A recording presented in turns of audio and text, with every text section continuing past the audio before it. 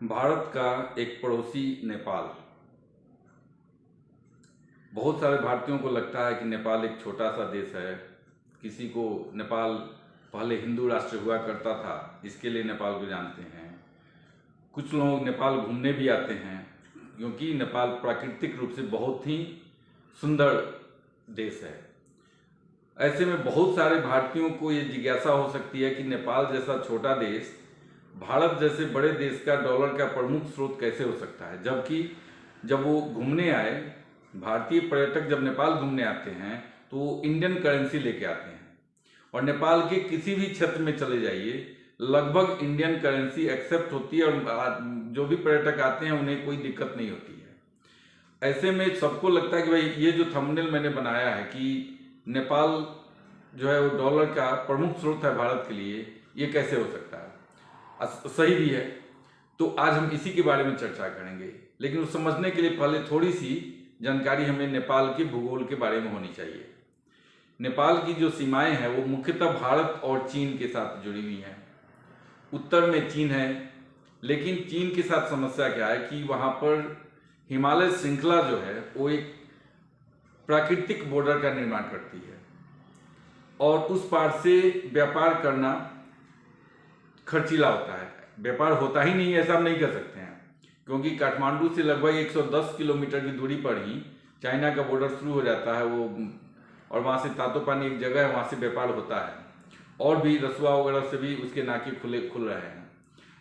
तो प्रयास नहीं किया गया है ऐसा नहीं है, प्रयास किया गया है, लेकिन फिर भी दुर्गम रास्ते होने के चलते वहाँ से जो नियमित आपूर्ति है वो नहीं हो पाती है।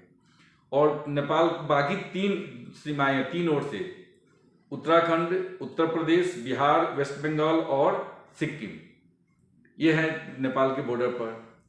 अब नेपाल का जो भी विदेशों से व्यापार होता है वो भारत के रास्ते होता है। स्वाभाविक रूप से नेपाल भारत और भारत पर निर्भर है और विदेशी व्यापार करने के लिए भारतीय रास्तों का प्रयोग करना पड़ता है। ऐसे में नेपाल जो है अपनी आवश्यकता की बहुत सारी चीजें विदेशों से आयात करता है। अब उस विदेश जब हम कहते हैं तो भारत भी विदेश है, इसको याद रखिए। नेपाल के लिए भारत भी एक विदेश है और इसकी बहुत सारी चीजें भारत से आयात होती है। अब आयात सामान जब चाहिए, नेपाल को सामान चाहिए, हर चीज, इसका मतलब लगभग 80% जो विदेशी व्यापार होता है वो भारत के साथ है। तो नेपाली करेंसी तो भारत लेता नहीं है। अब सोचिए कि इतने सामान जो भारत से आते हैं तो नेपाल किस करेंसी में भारत को पे करता है। ऐसा नहीं है कि वो इंडियन करेंसी में पे करता है या नेपाली करेंसी में पे करता है। यहीं पर आके पेच फंसता है कि जो भी सामान इंडिया से आता है वो उसे पे करने के लिए तो इंडियन करेंसी चाहिए। अब इंडियन करेंसी खरीदने के लिए नेपाल को डॉलर देना पड़ता है। अब यहाँ पर इसको थोड़ा सा डिटेल में हम समझते हैं, क्योंकि ये स्वाभाविक रूप से प्रश्न आएगा कि जब 80% व्यापार नेपाल का भारत से होता है तो पैसे डॉलर उसके पास कहाँ से आता है। तो आप पहले इसको समझिए कि नेपाल में चूंकि 80% सामान, 80 से ज़्यादा, ये तो आंकड़े हैं जो ये इसमें जो इसका रिकॉर्ड है जिसका, लेकिन नेपाल और इंडिया का जो बॉर्डर है वो खुला सीमा है उसका, तो खुला सीमा के चलते बहुत सारे व्यापार ऐसे होता है जिसका कोई रिकॉर्ड नहीं होता है। अब बॉर्डर एरिया में अगर आप रहते हैं या आप गए हैं तो बॉर्डर एरिया में सब जगह इंडियन करेंसी को नेपाली करेंसी में कन्वर्ट कर दिया जाता है। अब इंडियन करेंसी, नेपाल में इंडियन करेंसी की बहुत सारी डिमांड होती है, क्योंकि जो नेपाल के व्यापारी हैं उन्हें इंडिया से कोई भी सामान मंगाना होता है तो उसके लिए इंडियन करेंसी चाहिए। कई बार क्या होता है कि जो नेपाल का राष्ट्र बैंक, नेपाल का सेंट्रल बैंक है, ये सेंट्रल बैंक का नाम है नेपाल राष्ट्र बैंक, तो नेपाल राष्ट्र बैंक भी भारत के केंद्रीय bank, reserve bank of India से भारतीय मुद्रा, इंडियन करेंसी खरीदता है। और इंडियन करेंसी खरीदने के लिए जो पेमेंट होता है वो डॉलर में होता है। यानी जो नेपाल का सेंट्रल बैंक है, नेपाल राष्ट्र बैंक, वो इंडियन करेंसी खरीदने के लिए इंडिया के सेंट्रल बैंक को, रिजर्व बैंक ऑफ इंडिया को डॉलर पेमेंट करता है, डॉलर में पेमेंट करता है। अब यहीं पर प्रश्न आता है कि डॉलर आता कहाँ से है। तो नेपाल को समझने के लिए, जो नेपाल को जानते हैं, बहुत सा, मेरा तो अपना अनुभव है कि नेपाल को पड़ोसी होते हुए भी मेजॉरिटी ऑफ इंडियंस जानते ही नहीं है। मेरा अपना ऐसा मैंने जो फील किया है, क्योंकि उनकी नज़र में नेपाल एक गरीब देश है, पिछड़ा देश है, छोटा देश है, बस यही जानते हैं। लेकिन रियलिटी क्या है कि नेपाल को आप छोटा देश बोल सकते हैं ज्योग्राफी में, नेपाल को गरीब देश बोल सकते हैं, लेकिन Nepalese are not poor, Nepalese are very rich. ये जान लीजिए, नेपाली की जो परचेजिंग क्षमता है वो जो इंडियन से ज़्यादा है। कैसे, हम आगे इसी वीडियो में इसके बारे में चर्चा करेंगे। अब नेपाल का जो डेमोग्राफी है, इनकी मजबूरी कहिए या बहुत बार, एक बार जब नरेंद्र मोदी आए थे नेपाल में तो उन्होंने कहा भी था कि ये पहाड़ों में जवानी और पानी नहीं टिकती है। बात सही है, पहाड़ में जवानी और पानी नहीं टिकती है, क्योंकि पानी जितना पहाड़ में पड़ता है वो क्या होता है, तराई आ जाता है। वैसे ही जो वहाँ के युवा होते हैं वो कहीं न कहीं काम करने निकल जाते हैं, जिसमें बहुत सारे लोग इंडिया में जाते हैं, जो पढ़े लिखे नहीं हैं या कम पढ़े लिखे हैं वो इंडिया जाते हैं। लेकिन इनकी पहली प्राथमिकता, जो स्टूडेंट होते हैं नेपाल के, उनकी पहली प्राथमिकता USA, Australia, Europe, including United Kingdom, UK, इन देशों में होती है। वहाँ अगर किसी को किसी कारण से अगर नहीं मिलता है तब वो दूसरी जगह का प्रयास है। उसमें बहुत सारे लोग इंडिया भी पढ़ने जाते हैं, तो जो इंडिया पढ़ने जाते हैं वो तो सिर्फ पढ़ाई के उद्देश्य से जाते हैं। ये भी जान लीजिए, जो इंडिया पढ़ने जाते हैं वो पेमेंट करके पढ़ने जाते हैं, लेकिन जो यूएसए पढ़ने जाते हैं वो पढ़ते भी हैं और कमाते भी हैं। कमाते हैं तो डॉलर में कमाते हैं। ऑस्ट्रेलिया में जो जाते हैं वो पढ़ने जाते हैं और कमाते भी हैं डॉलर में। तो नेपाल से जो लोग अमेरिका जाते हैं, जो यूके जाते हैं, जो ऑस्ट्रेलिया जाते हैं या विदेशों में और जगह जाते हैं, तो वहाँ से कमाई करके उस पैसे को स्वाभाविक रूप से नेपाल भेजते हैं। और इसके चलते जो रेमिटेंस है नेपाल का, इनकम का जो नेशनल इनकम है, उसका प्रमुख स्रोत जो है वो रेमिटेंस है, और स्वाभाविक रूप से वहाँ डॉलर में आता है वो। तो नेपाल राष्ट्र बैंक के लिए, नेपाल का जो सेंट्रल बैंक है नेपाल राष्ट्र बैंक, उसके लिए डॉलर का मुख्य स्रोत क्या हो गया, रेमिटेंस हो जाता है। दूसरा क्या है कि नेपाल में बहुत सारे टूरिस्ट, अभी ये कोरोना काल में तो टूरिज्म का बुरा हाल है, लेकिन कोरोना के पहले बहुत सारे टूरिस्ट नेपाल आते थे। तो टूरिस्ट जब आते हैं तो अपने साथ वो डॉलर में पेमेंट करते हैं। तो ये रेमिटेंस और टूरिज्म के कारण नेपाल में डॉलर बहुत आता है, और वो डॉलर भारत बैठे बैठे भारत को मिल जाता है।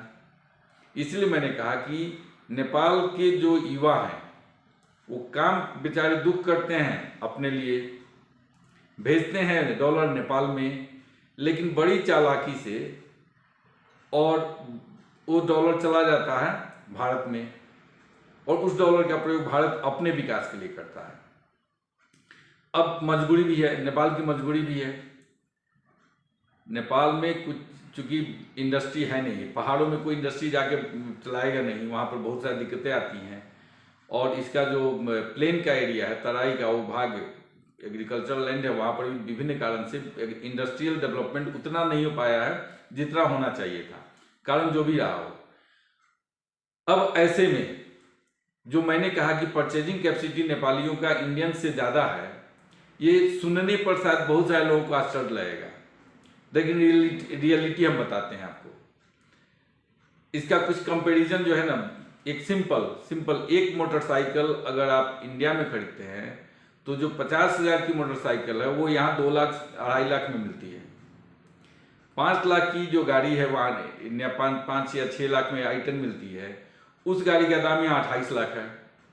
अब ये कहने पर शायद बहुत सारे लोगों को विश्वास नहीं होगा कि 5-6 लाख की आइटन गाड़ी नेपाल में 28 से 30 लाख में कैसे मिलती है।